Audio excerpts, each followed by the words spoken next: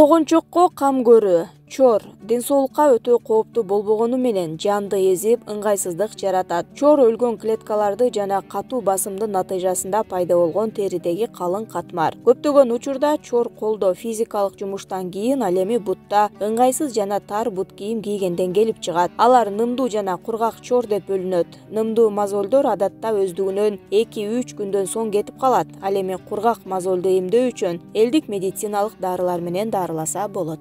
Эмнеден улам келип чыгат? Нымдуулугу азайып, тамандын териси өзүнүн серпилгичтигин жоготсо, бөйрө, калкан без оорулары менен ооруганда, мында согончок жыл бою жарыла берет. Демек, сөзсүз дарыгерге барып көрүнүшүңүз керек. Таман тери оорусуна дуушар болсо, семиздиктен улам, канчалык кам көрсөңүз деле натыйжасыз болушу ыктымал. Андыктан арыктоо зарылчылыгы келип чыгат.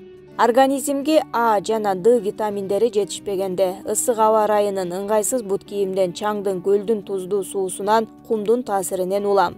Сарымсак. 3-4 сарымсак бөлүгүн эзип, аны май менен аралаштырыңыз. Уктаар алдында даяр болгон кошулманы буттагы жарылган жерге сүйкөңүз. Ыңгайлуу болуу үчүн сыртына марли ороп коюуга болот. 3-5 күн өткөндөн кийин чор жумшарып, териден жеңил түшүп калат. Уксуз. Кездемени уксузга малып, теринин закымдаган жерине басып, сыртына марли менен 2-3 саатка байлап коюңуз. Буттун согончогу жылмакай болгончо ушул ыкманы бир нече жолу кайталаңыз. Ооруганы кеткенден кийин аны педикюрга арналган курал менен жеңил алып таштоого болот.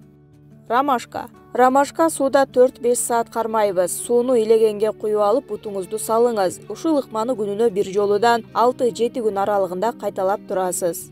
Пияз. Орточо пиязды бөлүктөргө бөлүп, ал бөлүктөр менен жабыркаган терини укалаңыз. Бул ыкманы 3-5 күн катары менен уктаар алдында кайталап туруу кажет. Лимон. Кечкисин лимондун бөлүгүн чор болгон жердин үстүнө коюп, сыртына марли менен ороп түнгө калтыруу керек. 2 күн өткөндөн кийин жеңилдеп, ал эми 4-5 күндөн кийин катмарланган терини алып таштоого болот. Помидор. Помидор согончоктун жарылуусун айыктыруучу жөнөкөй жана таасирдүү курал. Бир помидорду сүргүчтөн өткөрүп, идишке куюп, 5 мүнөттөй бууга кайнатабыз. Даяр болгон суюк боткону марленин үстүнө сүйкөп, жабыркаган терге коюп, сыртынан пакет менен ороп таштаңыз. Бул ыкма коопсуз, ошондуктан аны күнүнө 2 жолудан 2 жума катары менен жасоого болот. Эгер помидор боткосун даярдоого убактыңыз болбосо, ал жерге помидор бөлүгүн басууга болот. Бирок аны 2 саат сайын алмаштырып туруу кажет. Туура тамактануу боюнча пайдалуу кеңештер. Ашказанда тамак барда суу, чай же башка суусундуктарды ичкенге болбойт. Себеби кошумча суюктук ашказанга барып, ашказан ширесине аралашата, тамак сиңирүүнү татаалдаштырат. Ушул сыяктуу кеңештерди билип алганыңыз оң. Ичеги карынга күч келтирип, суюктук менен азыктар аш болбой кыжылдап бузулуп кетүүсүнө алып барат. Тамак сиңирүү процессин жакшыртуу үчүн тамакты жакшылап чайнап жеңиз. Муздак тамак организмге алдаганча бат сиңет. Ал эми белоктуу азыктар тескерисинче ысык кезинде жакшы сиңет. Болбосо сиңгенге жетишпей, ичке ичегиге туруп калат да, ич көп, желдин пайда болуусуна, ич катууга алып келет. Тамактарды башаламан, ашыкча жеген организмге абдан зыян. Ашказан булчуңдуу орган. Эгерде аны чое берсеңиз, улам көп тамак талап кыла берет. Жыйынтыгында анын иштөөсү да начарлап, тамакты кеч сиңирип калат. Ашыкча тамак кереги жок калория жана ашыкча салмакты кошот. Андыктан кеч сиңе турган тамактарды аз өлчөмдө жеңиз. Кечке мал организмдеги бардык системалар уйкуга даярданат. Ашказандын иштөөсү да жайлап калат. Кечке тамак уктаарга 3 саат калганда желиши керек. Эгерде жатарда адам нык тоюп алса, организм күчүн пайдалуу уйкуга эмес, тамак сиңирүүгө жумшайт. Ошондуктан жатарда болгону 1 стакан кефир же йогурт гана ичип алыңыз. Тамакка тоюп алып, аш кыла албай жатсаңыз. Ромашка менен көк чай. Тамакты сиңирүүнү жакшыртуучу эң жөнөкөй жана мыкты жол ромашка менен көк чайды колдонуу. 1 стакан сууга 1 аш кашык ромашканы кошуп, 3-5 мүнөт кайнатып, ысык боюнча ичебиз. Бул ашказанды иштетип, тамак сиңирүүнү тездетет. Активдештирилген көмүр. Активдештирилген көмүрдү дарыгердин көрсөтмөсү жок эле каалаганда иче берсе болот. Адамдын салмагына карап 10 килограммга 1 таблетка ичүү керек. Тез таасир берүүсүн каалагандар сууга эритип ичсе натыйжалуу. Чымчым туз. Тамакка абдан тоюп алып, аш болбой жаткан шартта тамак ичкенден кийин 30 мүнөттөн кийин чымчым туз алып соруп алыңыз. Ал ашказандын тамак сиңирүүсүнө жардамга келет. Айран тамак сиңирүүгө эң натыйжалуу каражат. Бул кычкыл сүт азыктары. Өзгөчө айран тамак сиңирүүгө мыкты жардамчы болот. Булак Lady KG. Пайдалуу кеңештер. Тиш пастасынын пайдасы. Бут кийимиңизге тиш пастасын сыгып, аны алгач кургак, андан кийин ным чүпүрөк менен сүртсөңүз, бут кийимиңиз жаңы кезиндегидей жаркырай түшөт. Балаңыз тамдын боруна карандаш менен сүрөт тарттыбы? Анда сүрөт тартылган жерди тиш пастасы менен шотка менен сүрүп тазалаңыз. Андан соң жылуу суу менен жуусаңыз таптаза болот. Колуңуз жагымсыз жыттанып калса, тиш пастасы менен жууп койсоңуз дароо кетет. Кирдеп калган үтүктү тазалаш үчүн да тиш пастасы колдонулат. Ал үчүн үтүк муздак кезинде бетине тиш пастасын сыгып, аны чүпүрөк менен сүртөсүз да акырында жууп коесуз.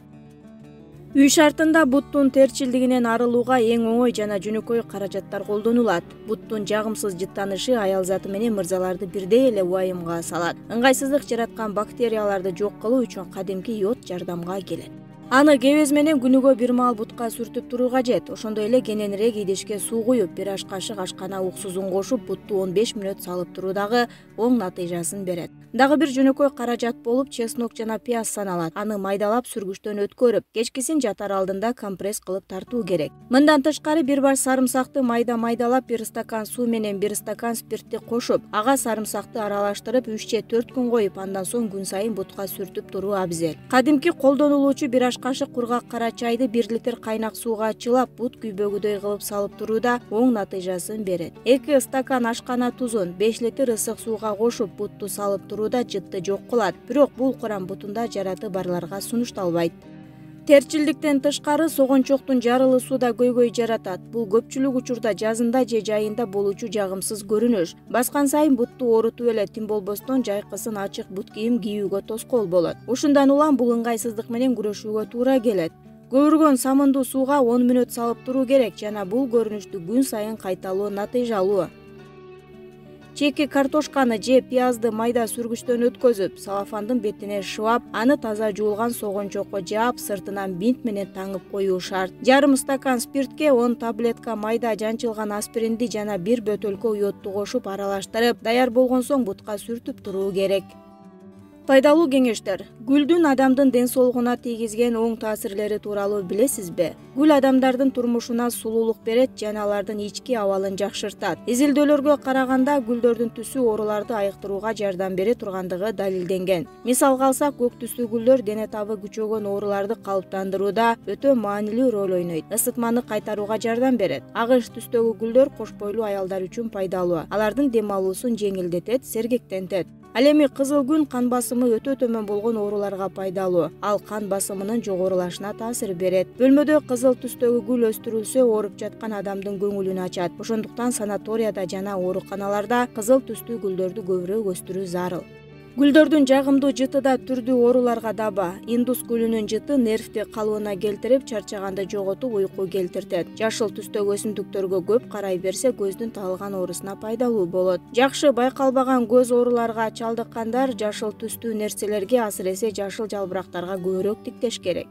Гүлдүн ачылып турган убактысын кантип узартса болот? Эгерде аспирин таблеткасы кошулган суу менен бир жолу суугарып койсо, гүл көп убакытка чейин соолубайт. Бул учурда суу менен аспириндин катнашы туура өлчөмдө болушу зарыл. 1 литр сууга аспирин таблеткасын бирде аралаштырганда гүлдүн ачылуу убактысын 3-5 күнгө чейин узартат. Себеби аспирин өсүмдүктөрдүн жалбырактарындагы жана гүлдөрдөгү аба тешектердин бекитип, курамындагы суунун бууга айланышын азайтат.